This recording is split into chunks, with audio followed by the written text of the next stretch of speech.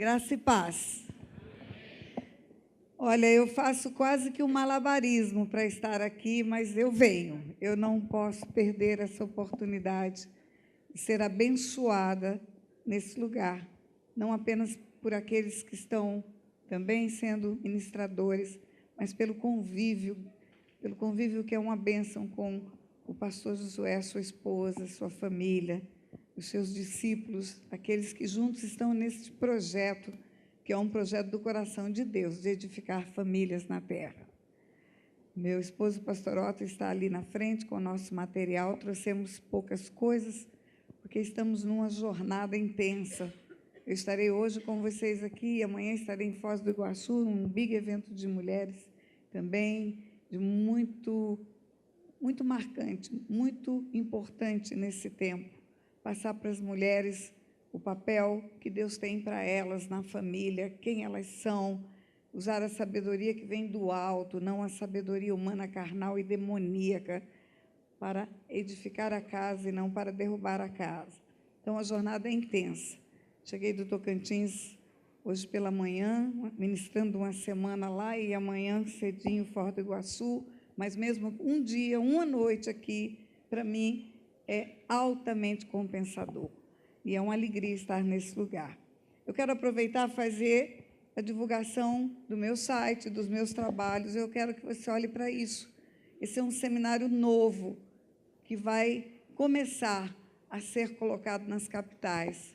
O primeiro será em São Paulo, no Ibis Congonhas, a data de 2 a 4 de setembro.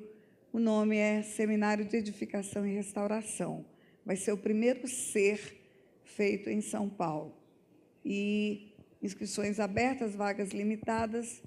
Eu escolhi porque a veia maior do nosso ministério, o nosso chamado é libertação e cura. E eu escolhi falar sobre heranças espirituais nesse seminário. 3 dias nós vamos trabalhar com heranças espirituais, quebrar paradigmas, olhar para as nossas famílias, estabelecer aquilo que precisamos para ter a vida abundante, porque nós não queremos vida abundante só na eternidade, não. Jesus veio para que tenhamos vida em abundante aqui, agora.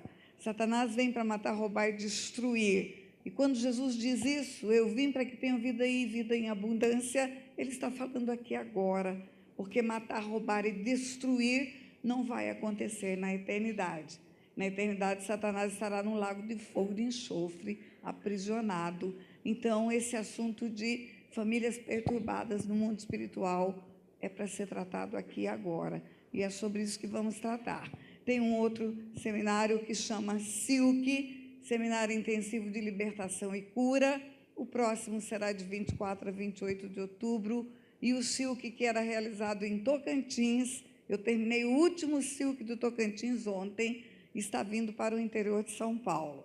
Vai ser realizado num acampamento chamado Monte Oreb, que fica a 122 quilômetros do aeroporto de Viracopos, fácil acesso, e nós vamos ter ali uma semana inteira, e aí a cada 2 meses, para trabalhar cura e libertação.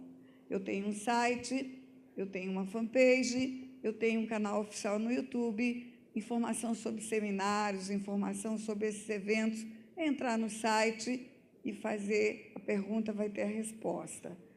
Meu canal oficial tem os vídeos, tudo que eu produzo está lá, fácil acesso, e aí você vai conhecer um pouco do meu trabalho também. Muito obrigada, querido. Trouxemos poucos materiais, poucos. Hoje eu falei na oficina, ou nas oficinas, sobre heranças espirituais. Heranças espirituais são os legados geracionais que nós temos, e queira, acreditemos ou não, eles existem. Não são resultado das nossas ações, são resultados dos legados que recebemos, mas as nossas ações deixam legados espirituais para as gerações futuras. E conhecer sobre esse assunto de herança espiritual pode nos levar a ter a graça de um dia não falar mais de heranças problemáticas, mas de bênçãos geracionais. E quando lemos na Bíblia, eu fui moço, hoje sou velho, jamais viu um justo desamparado, nem a sua descendência mendigar o pão. Deus está falando de bênção geracional. E quando o texto continua, fala que a geração do ímpio será exterminada. Deus é Deus de gerações. E nós precisamos aprender que o assunto que se trata de heranças espirituais não é o mesmo assunto que se trata de pecado. Você tem textos que diz: a alma que pecar, essa morrerá. O salário do pecado é a morte. Morte é a separação eterna de Deus. Mas quando Deus fala de heranças espirituais na palavra, ou maldições hereditárias, seja esse o nome, ele fala de coisas que acontecem aqui, não é na eternidade.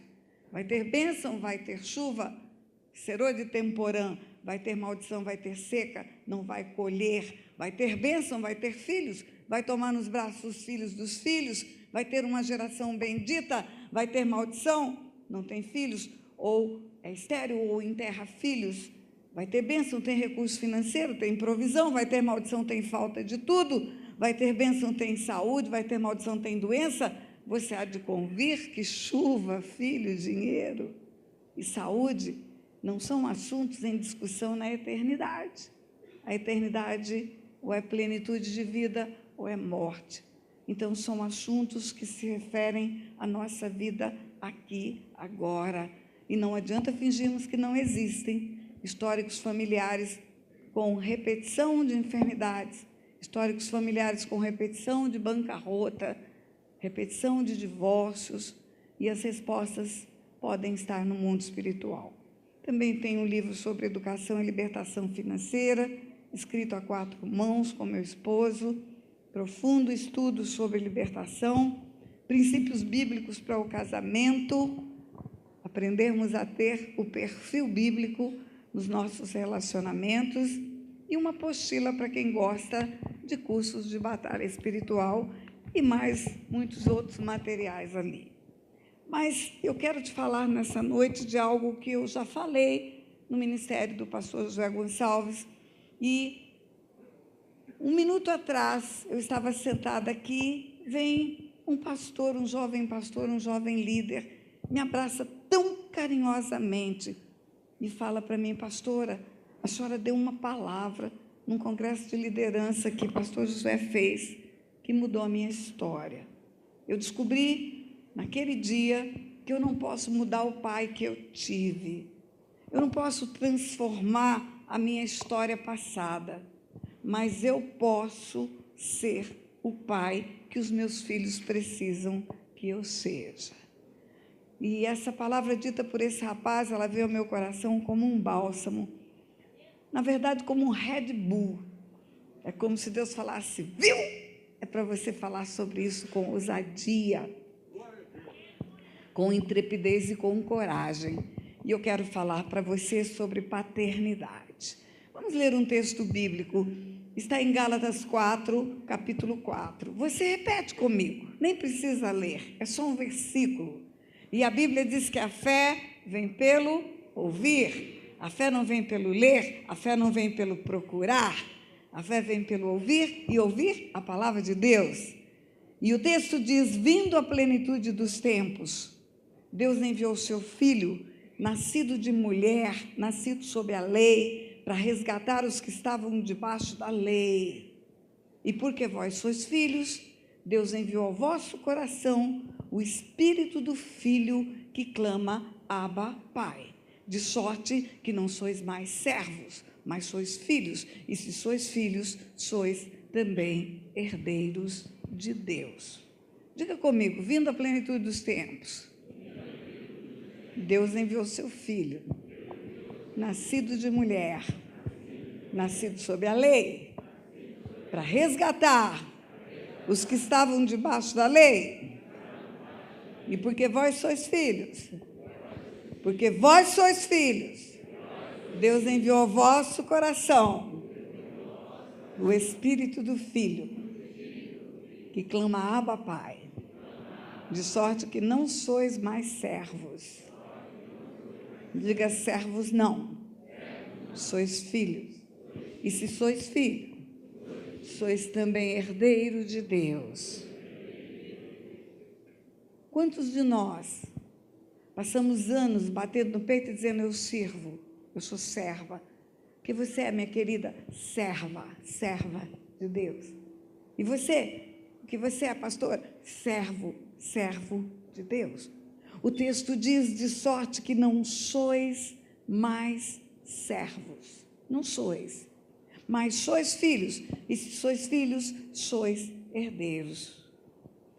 Tem diferença entre servo e filho? Total. Lá em casa tem servos e tem filhos. Tem um casal de servos. Ele faz a faxina da parte externa da casa, cuida dos cachorros, limpa vidraças. Chama Seu Raimundo. Seu Raimundo é da Paraíba. Seu Raimundo, ele gosta muito da gente, gosta tanto que ele já aposentou com tempo de relacionamento conosco. Quando chegou na nossa casa, nossa filha era solteira, a nossa neta já tem 29 anos, e o seu Raimundo já aposentou, mas todo dia ele vai lá em casa fazer um café para mim. Eu chego de viagem, ele vê o carro, ele vai fazer café, o melhor café de coador do planeta. Seu Raimundo, ele dá todas as notícias da cidade. Eu vou ficar fora uns 15 dias, um total de 15 dias. Quando eu chegar, que ele vê o carro na garagem, ele chega doido para dar notícia, é um release de tudo que aconteceu em 15 dias. Ele é a minha rádio peão.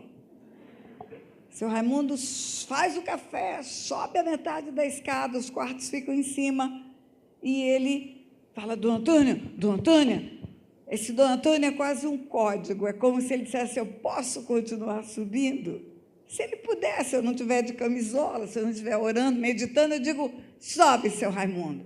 Aí ele conta tudo que acontece no mundo, porque ele vê televisão o dia inteiro, ele pode ver.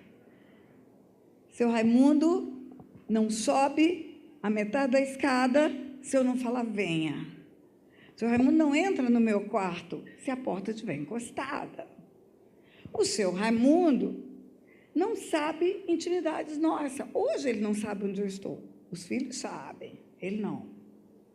Tem Ana Cláudia. Ana Cláudia faz a faxina da casa. Eu não tenho empregada full time, tempo integral, porque viajamos muito. Não adianta ter uma pessoa em casa o tempo todo.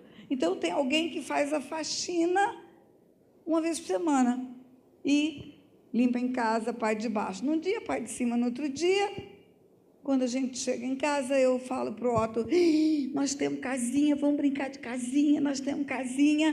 Brincar de casinha, eu vou lavar roupa, ele vai cozinhar. Ele ama cozinhar, fazer uma carne assada. E aí eu boto a roupa na máquina e ele faz um almoço rápido. Não precisamos ter empregada direto. Só lavo a roupa. Passar roupa não é de Deus. Não é não? Chacoalha bem, compra tudo que não amassa. Chacoalha bem, põe no cabide, tira do cabide, põe na mala, veste a roupa. Outro dia, pastor Josué, uma moça me mandou um e-mail brava. Pastora, passar roupa é do diabo, a senhora está dizendo isso? Falei, não falei isso. Falei que passar roupa não é de Deus. Veja bem, nasce com cabelo crespo, faz chapinha.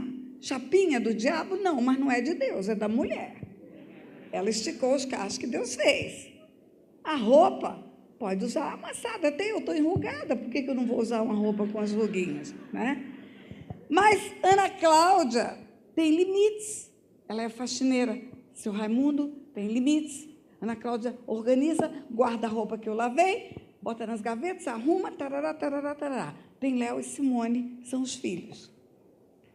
O Léo hoje não mora mais em Resende, mas ele vai a Resende, período de férias com as crianças. Ele estava em janeiro. Ele e os dois meninos, um de 7 e um de 16 anos. E sabe o que ele inventou? Ele acorda, janeiro e fevereiro, meu aniversário 2 de fevereiro. Ele acorda e vai fazer uma surpresa de aniversário. Tem gente que tem uma imaginação acima da média. Surpresa um café da manhã, surpresa um vaso de planta. Mas sabe qual foi a surpresa que ele fez? Entrou pela porta do meu quarto um baita de um rapaz e falou, vamos fazer montinho na vovó. E subiu em cima de mim, eu na cama deitada ainda, de camisola. E aí ele vem e sobe em cima de mim, ele põe os cotovelos na cama para não me machucar, e o joelho também, E aí o filho de 17 anos sobe em cima dele, e o filho de 7 sobe em cima do 17 e faz uma pirâmide de filho e netos em cima de mim, brincar de montinho com a vovó. Vamos fazer montinho? Vamos fazer montinho com a vovó. Que coisa mais doida isso. Simone, minha filha, ela mexe em tudo lá em casa. A casa fica 15 dias lá, ela tem a chave da casa. O que ela precisa, ela pega. E o que não precisa, também. Ela é veterinária e acabou o gás da geladeira dela, sei lá o que aconteceu, tem vacinas, não podia estragar, correu lá em casa, carregou meu frigobar. Eu cheguei de viagem, cadê o frigobar? Sumiu. Ela tem um ditado, ela fala: mãe, o que a mão não leva, a casa entrega. A mão não leva, a casa entrega. Se a casa não entregou, se você não achou, mãe, a minha mão levou, ela fala. Simone, você viu o meu frigobar? Está aqui comigo. Peguei. Eu quero te fazer uma perguntinha básica. Ana Cláudia pode levar o meu frigobar? Seu Raimundo pode fazer montinho em cima de mim? Isso não é para servos, isso é para filhos. Intimidade, coisinhas, carinhos, conhecer o coração do Pai, o destino. A parábola que Douglas leu aqui para vocês, a parábola do filho pródigo. Se você se lembra, o filho que ficou em casa, que ficou com ciúme, e o cabrito é o símbolo do ciúme. Quando alguém tem ciúme, eu falo: ó, o cabrito. Ele fala para o pai, quando ele está com ciúme, ele fala para o pai: eu te sirvo há tantos anos e você nunca me deu nenhum cabrito para comemorar com os meus amigos. Ele não fala a palavra pai nem uma vez. E ele pensa que ele é servo. Ele não sabe que ele é filho. Sabe qual foi a resposta do pai para ele? Tudo que é meu é teu. Meu filho, tudo que é meu é teu. Relacionamento de pai com filho não é como relacionamento de senhor com servo. Vindo à plenitude dos tempos, Deus enviou o seu filho, nascido de mulher, nascido sob a lei, para resgatar os que estavam debaixo da lei. E porque vós sois filhos, sois filho. Deus enviou ao vosso coração o espírito do filho que clama: Abba, Pai. De sorte que não sois mais servo. Você não é servo, você não é servo.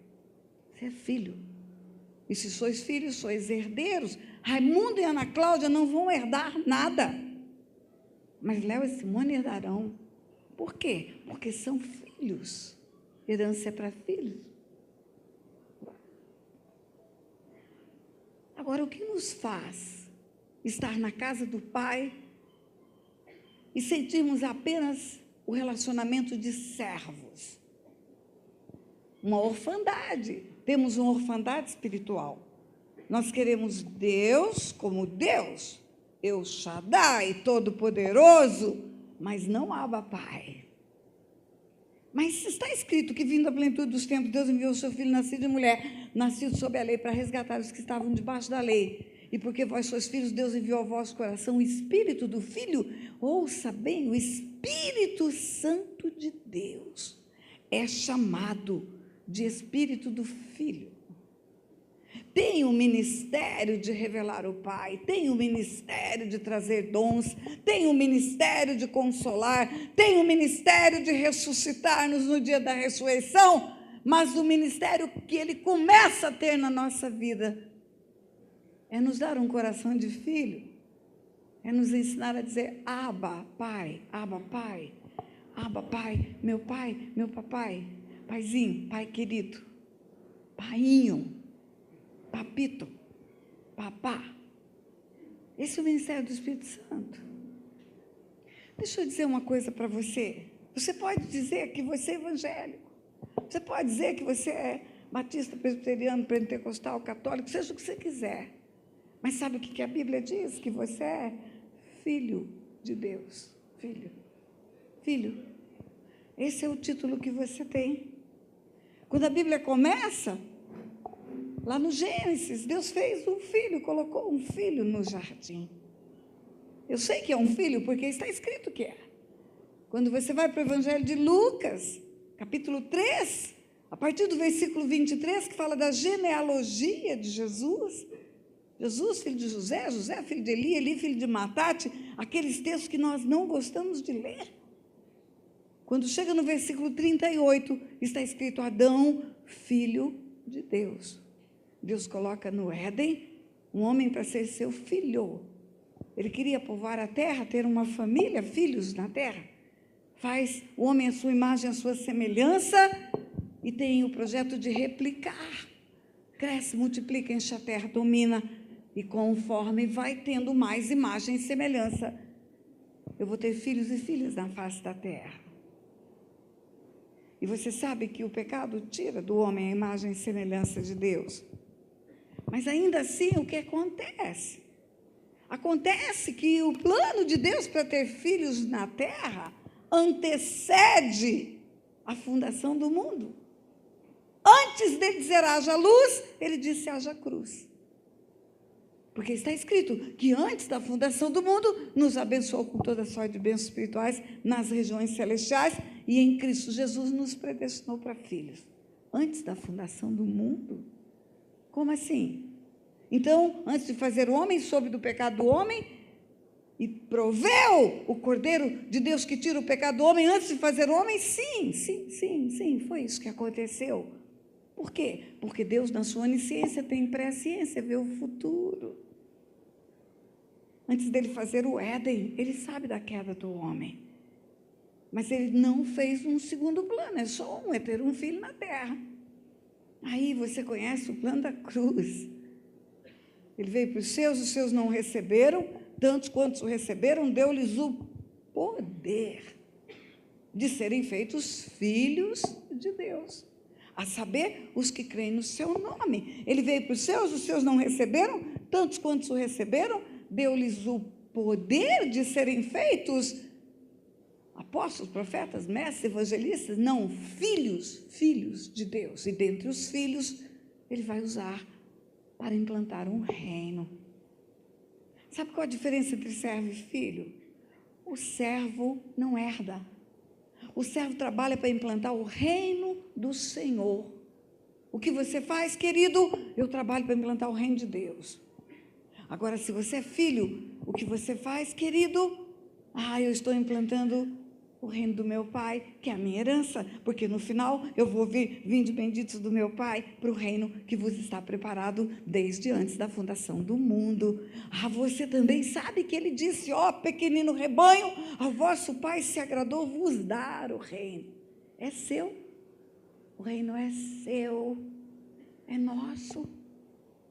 Quando está escrito, vós sois raça eleita, nação santa, sacerdócio real. O que você acha que é isso? O que você acha quando você lê, digno é o Cordeiro de abrir o livro, tirar o selo, porque foi morto e com o seu sangue comprou povos de todas as raças, tribos e nações, e os constituiu reis e sacerdotes. Digno é o Cordeiro de abrir o livro, tirar o selo, porque foi morto. Foi é tempo passado do verbo.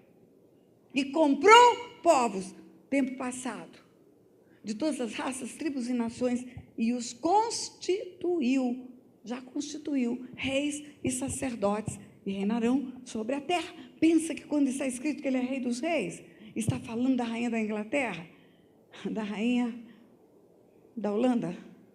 Não, está falando de nós.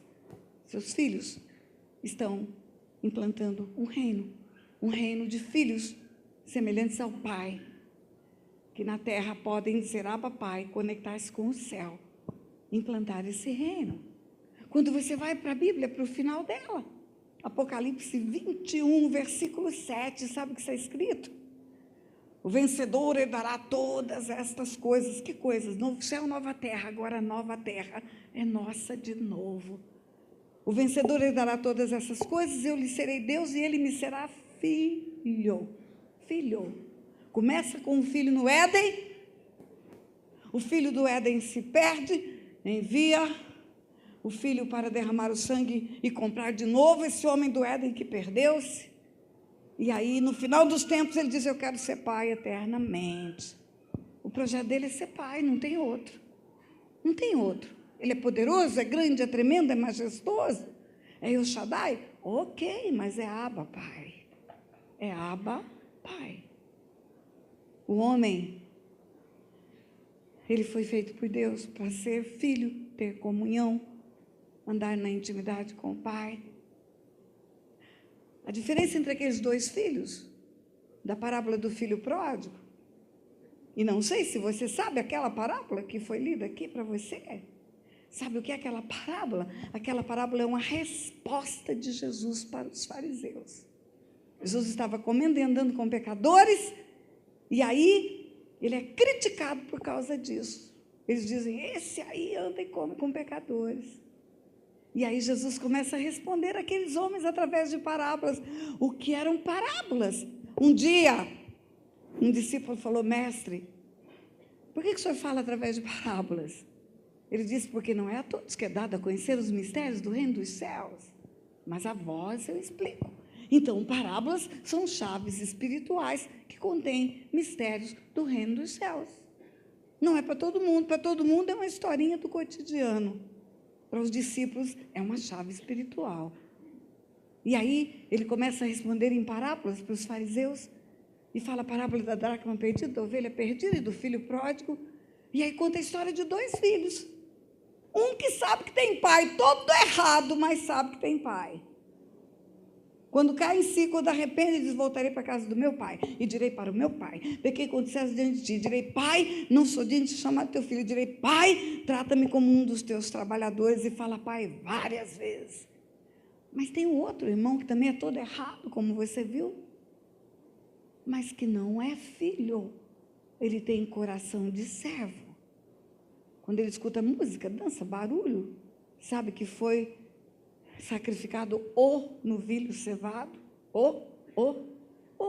está escrito o, artigo masculino definido singular, não é um novilho, é aquele ali, como se o pai dissesse, meu filho foi, vai voltar, e eu já vou preparar o novilho do banquete, alegria de esperar a volta. Mas tem o irmão que está no campo, que não se sente filho, se sente servo, só servo. Quando ele volta, ele fala para o empregado, que coisa é essa aí? Que barulho é esse? Que música é essa? Que festa é essa? E aí os empregados falam, teu irmão voltou com vida, seu pai está alegre. Mas ele não fala pai. Ele vai e fala com o pai, esse teu filho gastou tudo com meretriz. Por que ele não fala o meu irmão? Porque se eu não sou filho, o outro não é meu irmão. O outro só é meu irmão se eu sou filho. Nós só somos irmãos se formos filhos do mesmo pai. Se eu for servo e você for servo, você não é meu irmão. Não é mesmo. Seu Raimundo não é irmão da Ana Cláudia. Agora o Léo é irmão da Simone, porque são filhos do mesmo pai. Quando ele volta com ciúmes, ele fala para o pai, eu te sirvo há tantos anos, e você nunca me deu nenhum cabrito para comemorar com os meus amigos. O pai responde, tudo que é meu é teu, meu filho, eu sou teu pai, você é meu filho, é o meu herdeiro, tudo que tem aqui é teu irmão gastou que era parte dele, mas a tua está aqui, e eu ainda estou junto. Mas aquele homem tinha no coração um estigma chamado orfandade espiritual. Está na casa do pai e não sabe que o pai é pai. A parábola do filho pródigo, queridos, não é uma resposta de Jesus para um homem que se perde e volta para casa. A parábola do filho pródigo é um confronto de Jesus com os fariseus que estão na casa do pai e não têm coração de filho. É como se ele estivesse dizendo, vocês estão na casa do meu pai, mas vocês não são capazes de sentir a dor do coração do meu pai, porque os pecadores estão morrendo. E aí vocês estão me criticando porque eu vim para salvar os pecadores. Vocês estão na casa do meu pai e não conseguem ver a alegria que ele tem quando um pecador se arrepende. Por causa disso, vocês estão abrindo a boca para criticar porque eu estou andando com os pecadores. Vocês são órfãos de pai. Vocês não conseguiram abrir os ouvidos para ouvir a voz de Deus dizendo, meu filho, você é o meu filho. Por que acontece isso conosco? Porque nós andamos na casa do Pai, mas para nós ele é o Shaddai, ele não é Abba Pai. Porque queremos ele num alto sublime trono só, quanto mais longe melhor. Íntimo não, tocando em mim não, falando aos meus ouvidos não. Tem gente que arrebita o nariz, fala, é falta de reverência, falar meu paizinho. Os fariseus, esses mesmos fariseus, porque uma das consequências da orfandade espiritual é a religiosidade. Eu não conheço meu pai, não conheço o coração do meu pai, não escuto as batidas do coração do meu pai, eu tenho uma experiência religiosa só com ele. Doutrinas, práticas. Não tenho uma intimidade. Esse era o problema dos fariseus. Jesus está dizendo para os fariseus, venham, sejam filhos. Ele podia se apresentar como mestre. Todo mundo se reunia para ouvir, você vai ver. Indo para Cafarnaum, onde ensinou na sinagoga, estavam lá os doutores da lei para aprender. Indo para Nazaré, onde fora criado, os doutores da lei. Ele era recebido como profeta. Profetizava e todo mundo ouvia. Mas quando ele dizia, eu sou filho, o inferno se levantava. O cerne da condenação dele é uma heresia, porque diz que é filho de Deus. Como pode ser filho? Porque era isso que confrontava a religiosidade.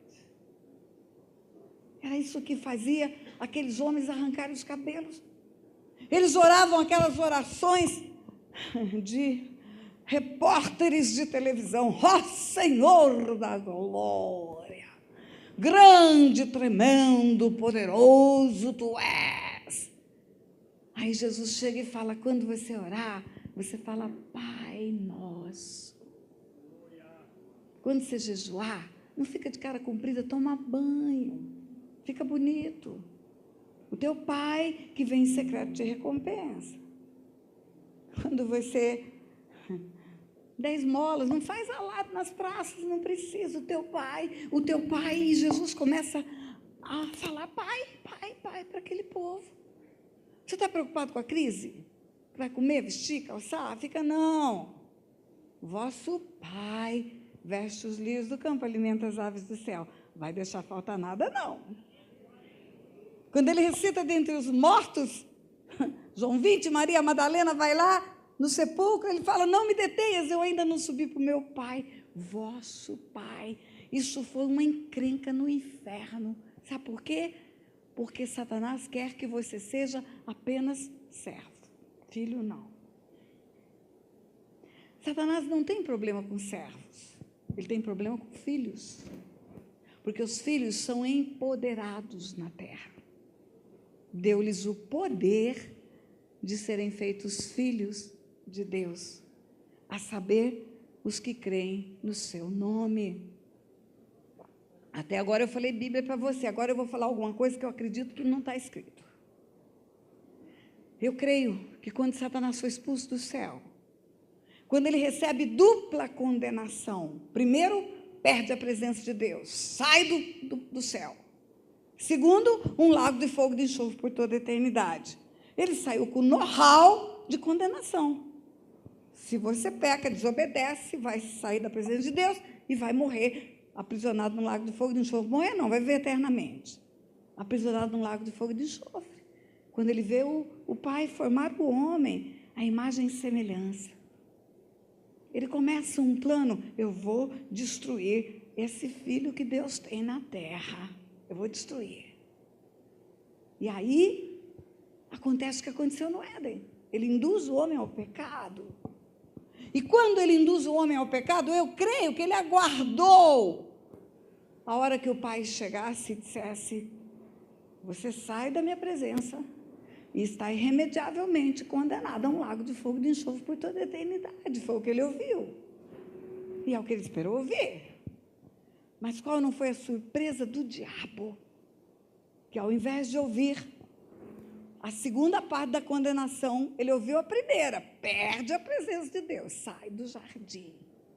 Mas quando ele abre os ouvidos para ouvir a segunda, e agora um lago de fogo de enxofre por toda a eternidade, qual não foi a surpresa do diabo de escutar: da barriga da mulher nascerá aquele que pisará a cabeça da serpente. Ah, não, eu vou te dar a chance de glorificar Deus. Espera aí. Eu não acredito que você ficou de boca fechada. Você não está mais cansado do que eu. Em 48 horas eu dormi 2. E estou aqui animadinha. Então eu vou falar de novo. Qual não foi a surpresa do diabo quando o homem pecou no Éden, que ele escutou Deus falar: sai do meu jardim, e ao invés de dizer: agora você está condenado irremediavelmente a um lago de fogo de enxofre por toda a eternidade, ele escutou Deus dizer que da barriga da mulher nasceria aquele que pisaria a cabeça da serpente.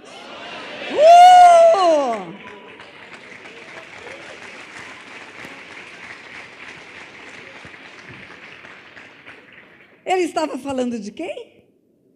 De quem? De quem? Sim, mas ele não estava falando só de Jesus. Os anjos não se casam e não se dão em casamento. Não tem anjo e anja e anjinho. Eles nunca tinham visto uma reprodução.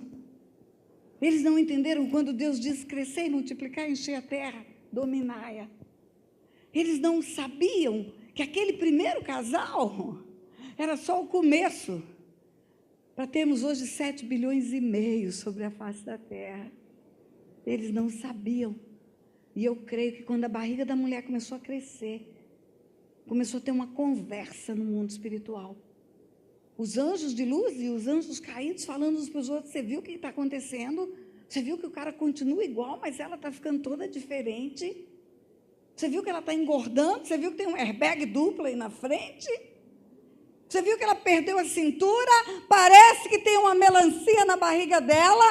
Até que nasce a primeira criança, que ainda não é Jesus.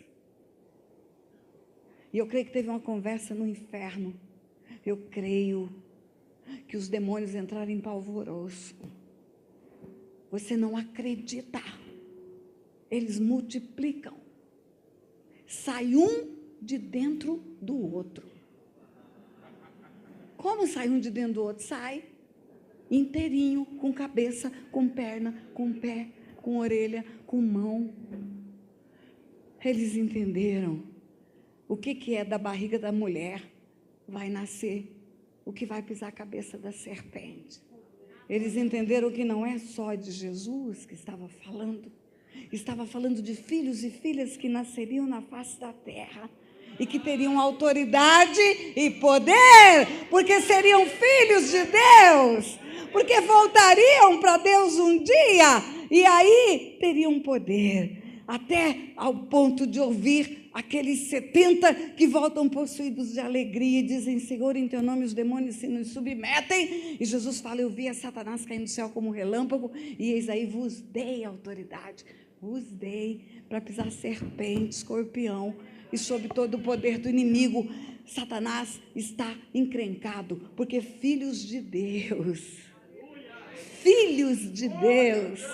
são empoderados na terra, são herdeiros de uma autoridade, são revestidos de um poder que emana do céu, diretamente do coração do Pai. Aí não restou a Satanás outra coisa, senão destruir essa ideia ou essa identidade de filho. Se o homem viver na terra a vida inteira sem saber que ele é filho, tudo bem, ele não vai ter poder e autoridade. Eu vou fazer tudo para ele ir para o lago de fogo de enxofre. Se ele não vai, ele se converte, tudo bem. Mas se ele se converter e ele for só servo, não tem nenhum problema para nós.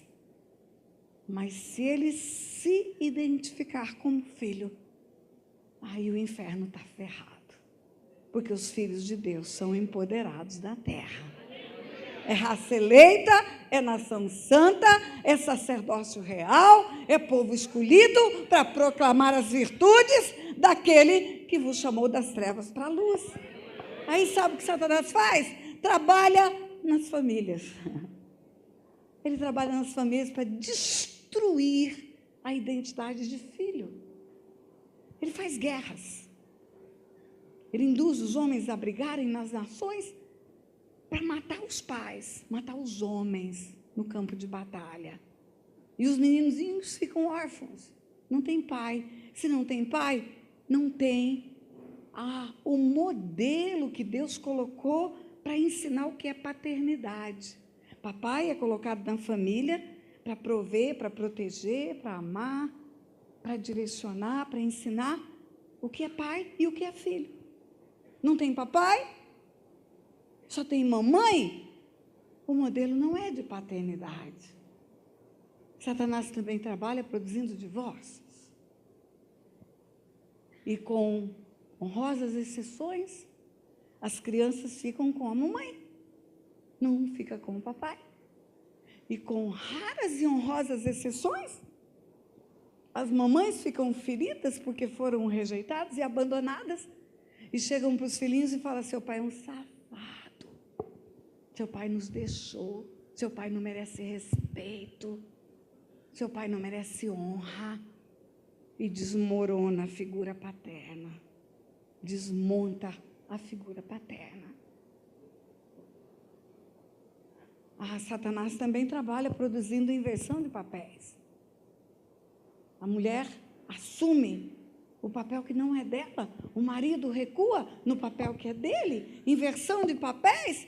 O filho olha e vê um modelo paterno que não é protetor, não é autoridade justa, na medida justa, é talvez uma autoridade abusiva. E aí essa criança não gosta do modelo de pai que ela tem. E quando você chega para uma criança que tem uma paternidade que foi imaculada pela palavra da mãe, uma paternidade que abandonou na infância por uma morte prematura, por uma guerra, uma criança que teve uma paternidade abusiva, ela cresce, ela vira gente grande, ela vem para a igreja e você fala: Deus é pai. Ela não quer Deus pai, ela quer Deus, num alto sublime trono. Imagine uma criança estuprada pelo pai. Imagine uma criança que foi sistematicamente estuprada pelo pai. Eu atendi uma pessoa que foi estuprada pelo pai dos 6, abusada, primeiro estuprada, depois abusada dos 6 aos 14 anos. Só o dia que ela pegou uma faca e falou: eu te mato se você entrar no meu quarto outra vez. Cessou o abuso. 8 anos. Essa menina foi abusada pelo seu pai. Chega para essa menina e fala para ela: Deus é pai. Não, pai não. Pai não. Histórias de abuso de autoridade. Às vezes o abuso de autoridade é sutil, muito sutil. É um boletim que vem com a nota razoável. Não tem nota vermelha, mas também não tem uma excelente nota, é razoável. O pai olha, estica o braço, fala: não fez mais do que obrigação. Você só come e dorme e você tem que tirar as notas mais excelentes. Aí no outro mês vem uma notinha vermelha, só umazinha. E essa criança é disciplinada. Pastora, a senhora está dizendo que eu não posso disciplinar o meu filho se tirar nota ruim? Não estou dizendo isso. Eu estou dizendo que se você não premia quando merece premiação, e você só pune quando merece punição, você não está representando uma paternidade que vai fazer essa criança compreender Deus como pai.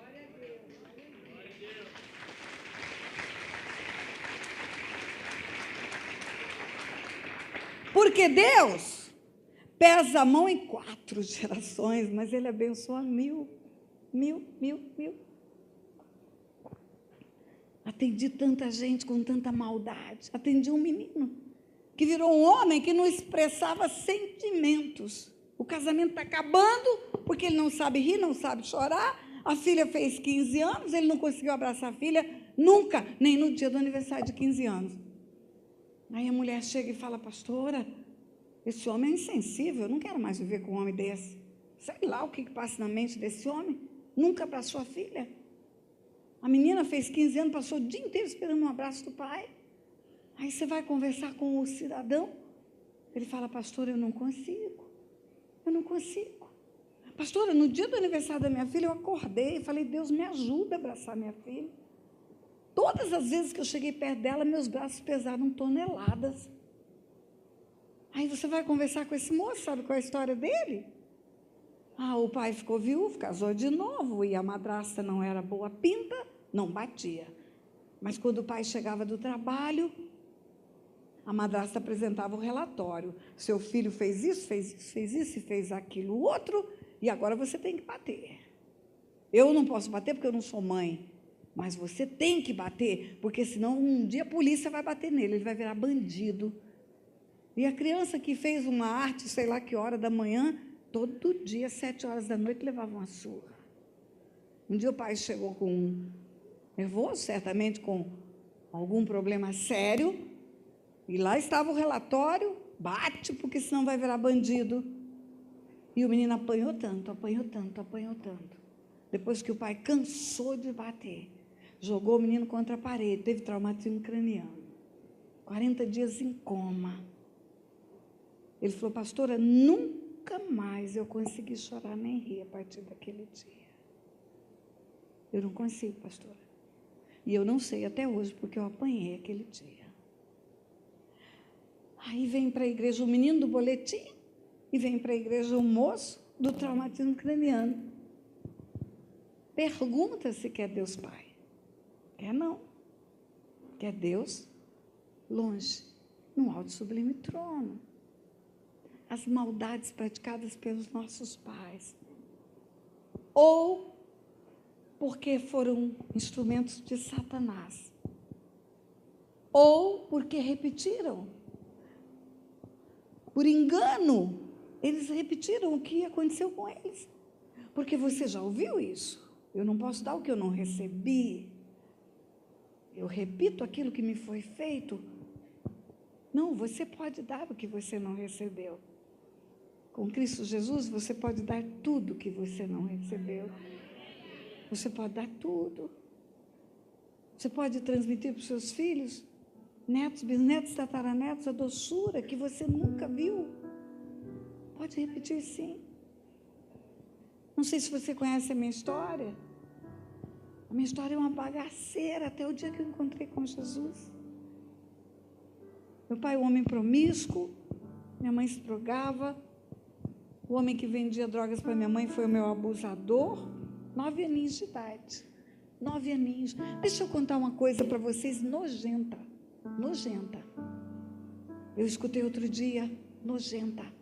Eu sempre perguntei, Deus, por que essa idade é a idade preferida dos pedófilos? 9 anos de idade.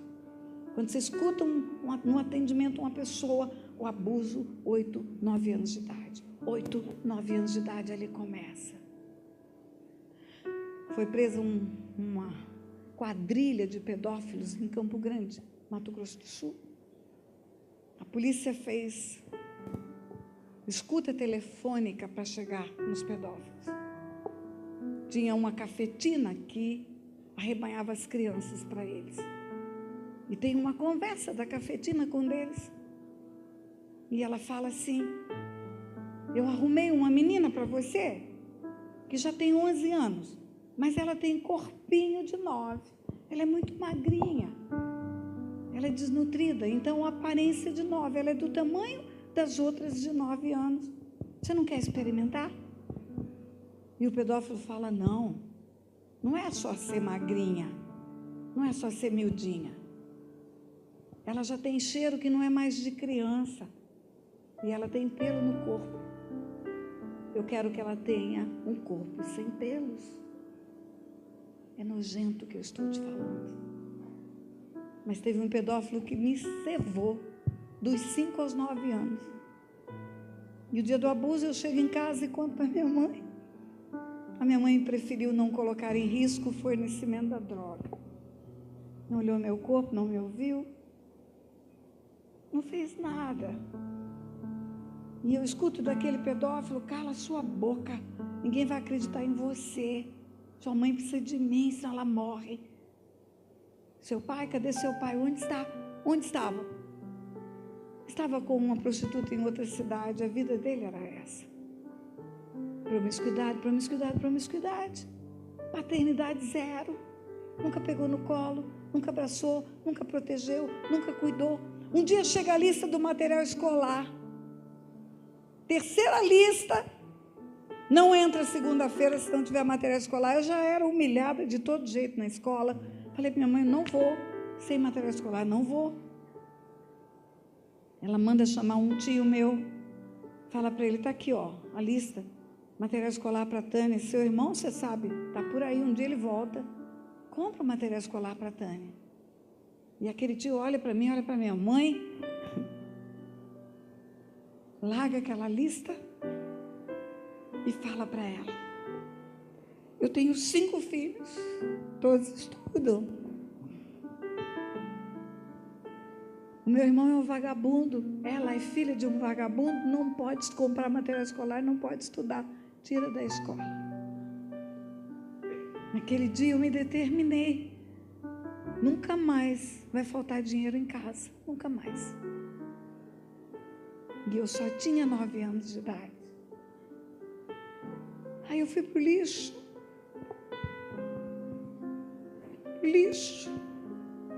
Para catar metais, colher velha que não presta mais, ferro de passar roupa que estragou, torneira que trocaram, tudo que é metal, cobre, bronze, alumínio, ferro, vira dinheiro no ferro velho da cidade.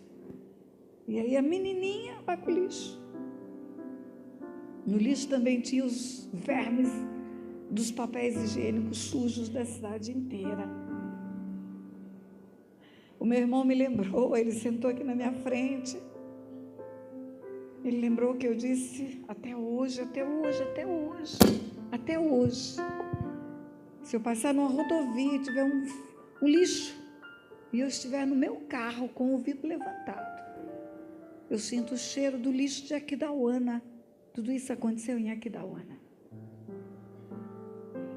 Se eu estiver dentro de casa, na minha sala, no meu sofá, assistindo um filme e tiver um lixão no filme, eu sinto o cheiro do lixo de Aquidauana. Ficou na minha alma. E eu falo que Deus não tira esse cheiro para eu nunca me esquecer de onde eu saí. Nunca. Vai para o mundo pregar o evangelho, roda as nações pregando o evangelho, é uma juíza federal, mas você começou no lixo, Tânia, não esqueça disso. Não arrebite o seu nariz nunca. Não arrebite o seu nariz nunca. O tempo passou, Deus colocou na minha vida um homem de Deus, pastor Otto. Eu tinha 14 anos. 14 anos. Eu estava à beira de um precipício o dia que eu conheci o pastor Otto. No dia 24 de dezembro, meu pai levou uma prostituta para dentro da minha casa. Dormiu com ela na minha cama. E aquela afronta foi a gota d'água, era o que faltava, porque a vida inteira, até ali, era vergonha, humilhação. Naquele dia eu falei, ok, meu pai ama prostitutas, não ama? Mais do que os filhos, não ama? Ok, eu vou me tornar uma prostituta. Depois que eu me deitar com a metade dos homens da cidade, eu vou chegar para o meu pai e dizer, pai, o senhor ama prostitutas, não ama? O senhor abandonou a nossa família por causa delas, não foi? Pois o senhor pode me amar, porque agora eu sou uma prostituta também. E era com essa cabeça louca, com 14 anos de idade, que eu conheço um homem de Deus, que me fala de Jesus, me faz enxergar a vida de outro jeito. Eu estava na beira do abismo. Me ganhou para Jesus, me ganhou. Não é bobo, me ganhou para ele também. Sim, porque se eu sou bonitinha com 68, imagina eu com 14. Era horrorosa, queridos. Era horrorosa. Pele manchada, barriga inchada. Verme faz tudo isso com a gente. Mas aí eu me caso, eu tenho meus filhos. Um dia meu pai foi embora de vez, porque ele ia e voltava, ia e voltava, ia e voltava, ia e voltava. Um dia ele foi no pior momento da vida da minha família, porque o meu irmão começou a usar drogas também. E meu irmão enlouqueceu. Ele usou LSD e enlouqueceu, literalmente enlouqueceu. Ele passou 5 anos mais internado em um hospital psiquiátrico do que em casa. No segundo dia da internação dele, meu pai sumiu, foi embora. Só que eu já estava casada, trabalhando. Antes de ser juíza, eu fui funcionária do Banco Central do Brasil. Antes de ser funcionária do Banco Central do Brasil, eu fui professora. Eu já tinha emprego, salário e um maridão que me ajudou a sustentar minha mãe, meu irmão. E aí eu falei, Pois agora não precisa voltar mais. Não precisa voltar mais, pode ir embora. E ele não voltou, foi embora. Você pode matar uma pessoa dando um tiro, e você pode matar deletando as suas emoções. Matei meu pai, matei. Um dia, minha filha tinha 12 anos de idade. Ela tem 50 hoje. Ela tinha 12 anos de idade, ela chegou da escola. E ela falou, mãe, quem que é seu pai? Eu não sei o que aconteceu na escola, dia dos avós, alguma coisa sobre família. Eu sei que ela chegou curiosa, mãe, quem é o seu pai? Naquele dia eu caí em mim, igual a história do filho pródigo, caindo em si, disse, voltarei para a casa do meu pai. Naquele dia eu caí em mim, eu falei, Deus do céu, eu tenho a luz, eu tenho conhecimento de perdão, salvação. Eu tenho um tonel de 10 mil litros de graça e eu não vou oferecer um copo para o meu pai. E o Espírito Santo começou a ministrar o meu coração. Isso aqui é uma joia, isso aqui é um anel pesado, isso aqui é ouro. É um anel de ouro com um filete de diamante, isso aqui é uma joia pesadíssima. Por que esse anel tem valor? Porque ele é feito de metal precioso e tem pedrinhas preciosas. Ele não tem valor porque ele está no meu dedo. Em qualquer dedo da face da terra ele teria valor. Se eu for ao banheiro tirar para lavar as mãos, enrolar no papel toalha, jogar no cesto de lixo, e esse cesto de lixo vai para o lixo da cidade, ele vai ter valor no lixo da cidade. O que eu estou querendo dizer para você? Que tudo que eu escutava de Satanás no meu ouvido, você não tem valor. Se você tivesse valor, seu pai cuidaria de você. Você não tem valor, menina. Se você tivesse valor, o dia do abuso, sua mãe examinaria você, iria lá e colocaria aquele homem na cadeia. Você não tem valor. Se você tivesse valor, você não teria sido humilhado em praça pública como você foi um dia, uma mulher berrando aos 4 cantos que você era filha de vagabundo.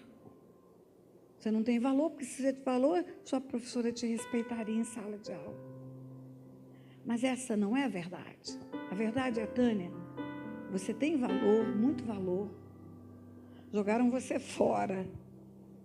E quem jogou você fora, perdeu você. Quem joga o anel fora é que perde o anel. O anel não perde o valor. Quando o pastor Otto me conheceu, meu marido, eu achava que eu era burra. Porque eu escutei tantas vezes que eu era burra. Eu não era burra, eu era uma criança com problemas. Eu batia a mão na cabeça e falava, eu sou burra. Ele falava, não é. Não é. Me animou a estudar, me incentivou, cuidou de criança para eu poder ir para a escola. Aí a burra vai vencendo etapas, vai vencendo etapas, vai vencendo etapas. Bem verdade, com sacrifício, com luta. O dia que eu passei no concurso de juiz federal, eu já era avó. Gabriela já tinha nascido. Mas tudo que eu escutei do inferno era mentira. Naquele dia que a minha filha chega e fala, mãe, quem que é seu pai? Sabe o que o Espírito falou comigo? Seu pai perdeu você E agora o seu pai está perdendo a outra geração. Tenha misericórdia dele. Ele está perdendo a outra geração. Ele não viu nada a seu respeito, não sabe nada de você, não viu suas vitórias, não se alegrou com você e não está vendo o que está acontecendo com seus filhos. Vai atrás dele, faz a ponte, dá a mão para ele. Eu fui. Ele morava em Belo Horizonte. Ele ficou perplexo quando ele me viu. Eu fui de manhã, porque a mulher com quem ele estava vivendo, a terceira mulher já, dava aula de manhã e eu sabia que eu ia encontrá-lo sozinho. Cadê aquele moço que veio falar para mim a bênção que foi isso na vida dele? Cadê? Onde ele está? Vem cá, você vai me ajudar hoje. Você vai me ajudar a pregar.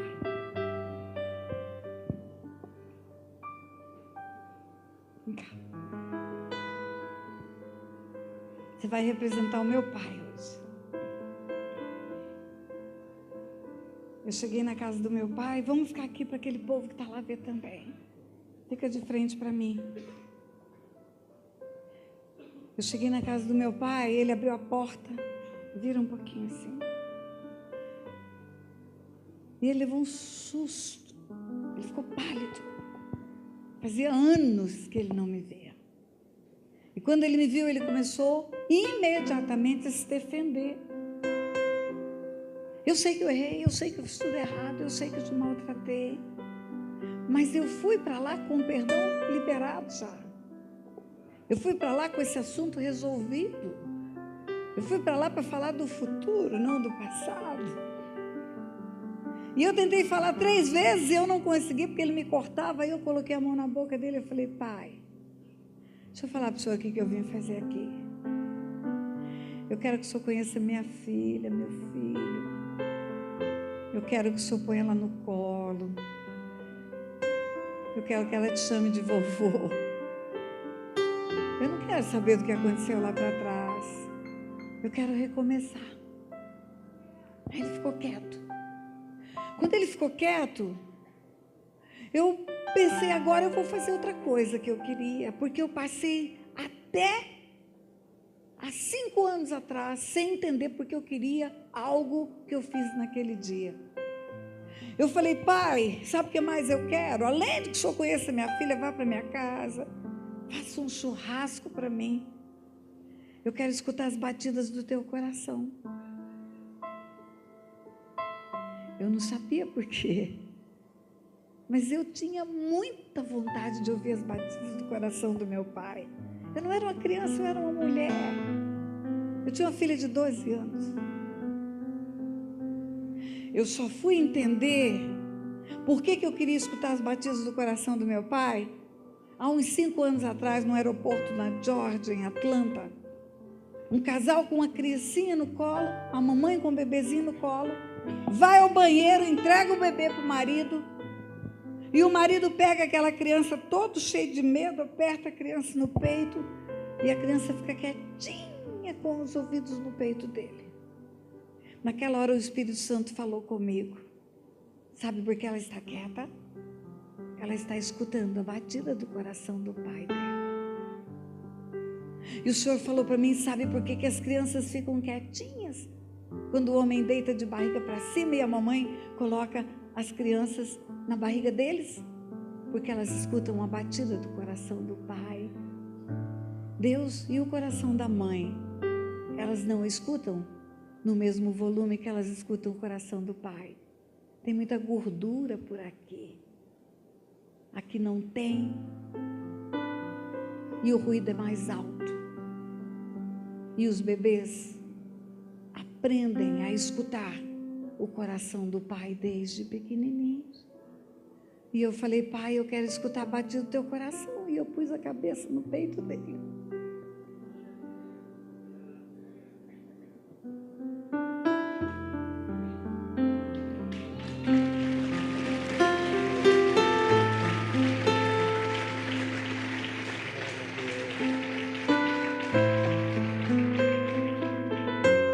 Aí eu falei: meu pai, tem outra coisa que eu quero. Eu quero um abraço. Eu passei tanto tempo, Pai, querendo esse abraço. Ele não reagiu, eu peguei o braço dele e falei, é assim, meu Pai, é assim. É assim.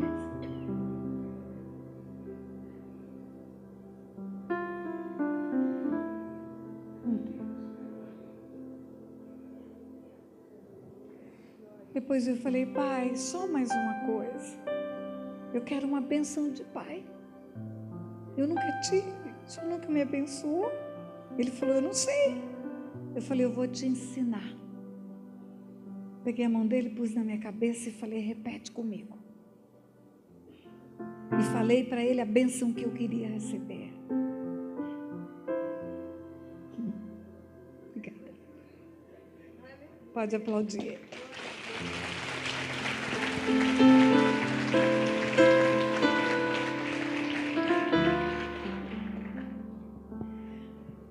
Duas coisas começaram a acontecer ali. A primeira foi que meu pai viu Jesus em mim. Eu entendi o que quer dizer uma carta viva. Eu entendi o que quer dizer o doce perfume de Cristo. Não era a minha pregação. Era o meu perdão. Era a minha reconciliação. Era a ponte que eu fiz para fazer o caminho de volta. E a outra coisa é que o espírito de religiosidade que eu tinha foi embora. Eu passei a escutar a voz do Pai, a ouvir o coração do Pai, a ter intimidade com o Pai. Ele deixou de ser El Shaddai só e passou a ser Abba Pai para mim. Eu vou terminar dizendo algo para vocês, pais. A forma como você se relaciona com o seu filho, a sua filha, vai facilitar ou vai atrapalhar eles serem filhos de Deus. A forma como você disciplina, a forma como você conversa, o afeto que você dá. O amor é um sentimento secreto, abstrato. Ninguém vê o amor. O amor só é conhecido por atos de afeto. Abraço, beijo, palavras de afirmação. Até os cachorrinhos querem afagos. Quem tem animal em casa sabe disso. Se você nunca abraçou seu filho, nunca beijou seu filho, nunca falou que ama, talvez ele tenha uma dificuldade muito grande de se ver um dia como filho de Deus. Porque você é um modelo de pai. O papai, que é o modelo, vai mostrar para ele o que é paternidade. Eu aprendi tanto com isso na minha vida, queridos.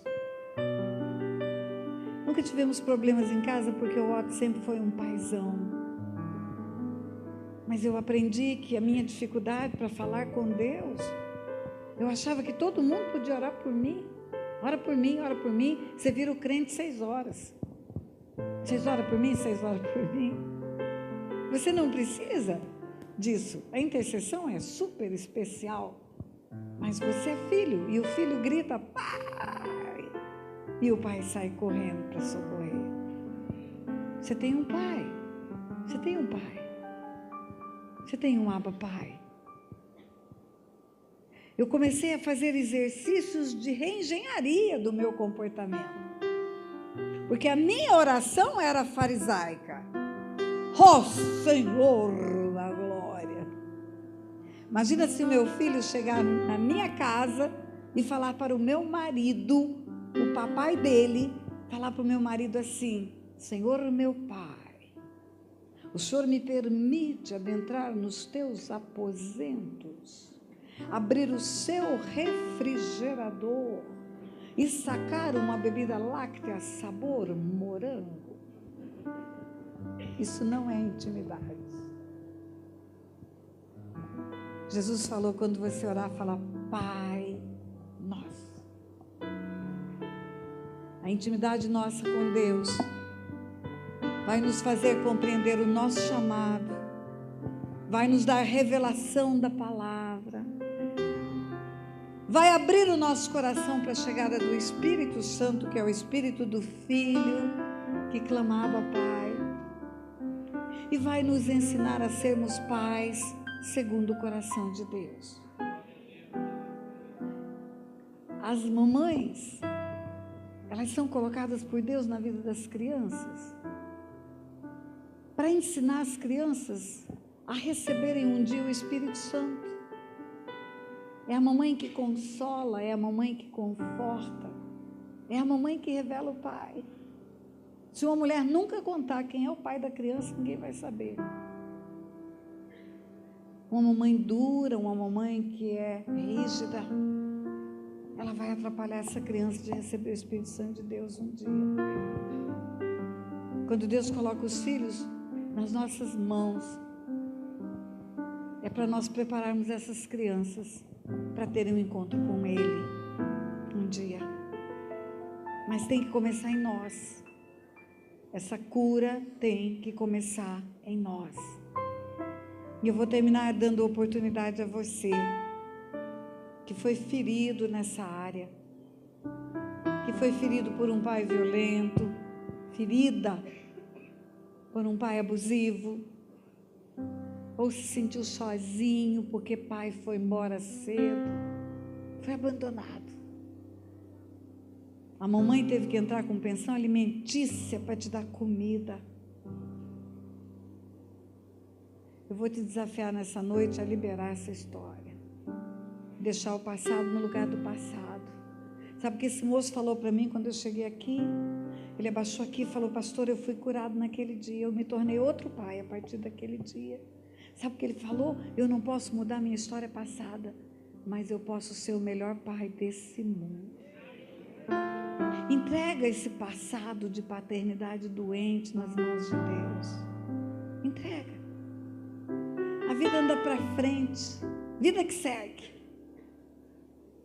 Eu estou com você há 1 hora, nunca mais volta nem para mim nem para você essa hora. Acabou.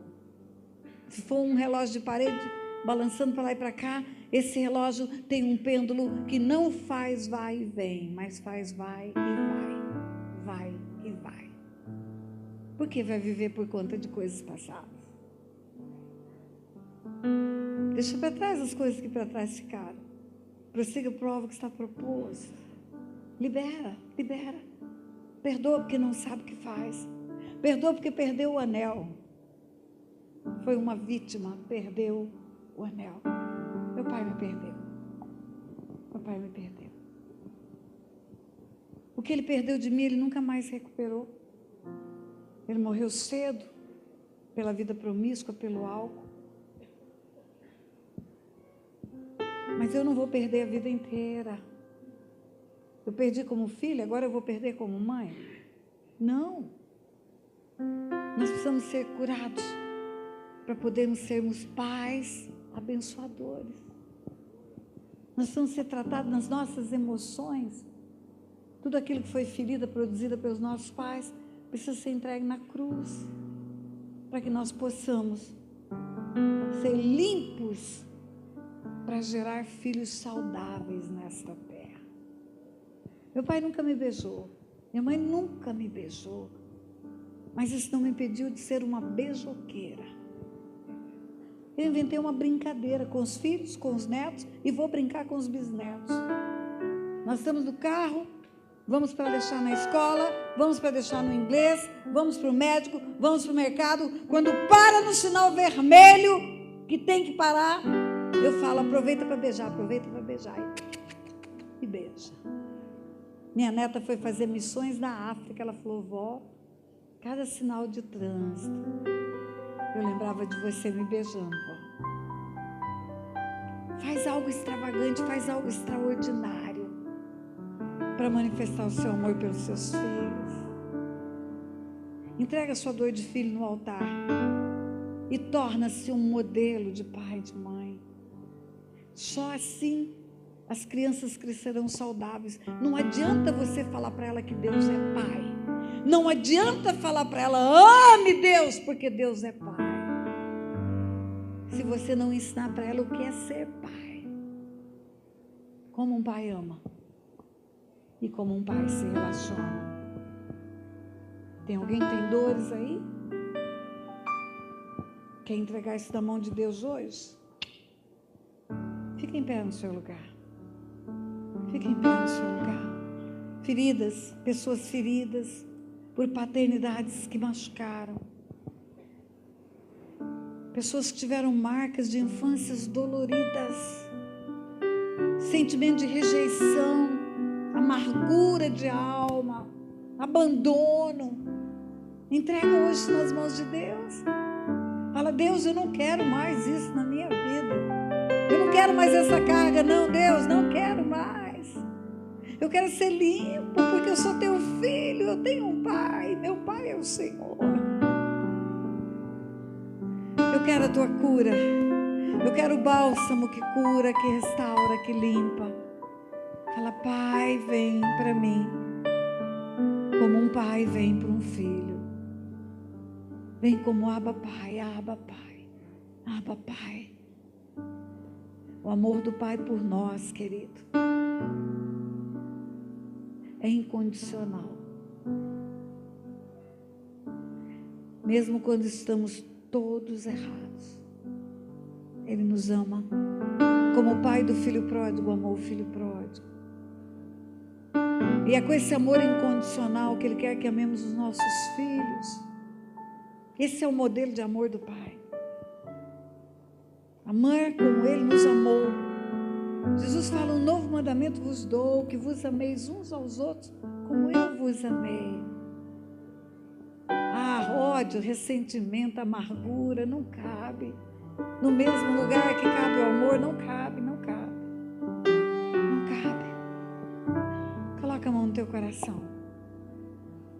Pai, em nome de Jesus, no poderoso nome do teu Filho Jesus, colocamos agora diante do teu trono de graça todas essas pessoas que estão em pé, que se levantam, Pai, numa manifestação pública, mas também espiritual, de declararem diante do teu trono de graça que são feridos na área da paternidade, que o coração foi machucado, que houve ausência, que houve abuso, que houve descaso, que houve afronta. Pai, eles estão em pé para dizer para o Senhor: vem como um Pai celestial e produz em mim a cura dessa ferida. Visita o teu povo nessa hora, Pai, de um jeito que só o Senhor sabe visitar. Visita os teus filhos, tuas filhas. Fala-os saber o quanto são preciosos aos teus olhos, Pai. Fala-os compreender que o amor que o Senhor tem por eles é um amor que excede a todo entendimento, que ainda que o pai e a mãe abandone, o Senhor jamais abandonará, que o Senhor tem planos eternos de Pai. O Senhor diz: o vencedor herdará todas as coisas, eu lhe serei Deus, ele me será filho. O Senhor quer ser Pai eternamente. Então, Pai, vem como Abba Pai, vem como Abba Pai, vem como Abba Pai, Abba Pai, Abba Pai, meu Pai, meu Pai, meu Pai, meu Pai, meu Pai, meu Pai. Eu quero que você dê um abraço. Imagine que você está abraçando esse Abba Pai. Abrace seus próprios braços e sinta o abraço do Pai. Sinta o abraço do Pai. O Pai diz para você: você é meu filho amado, você é minha filha amada, meu filho, minha filha, em quem eu tenho prazer.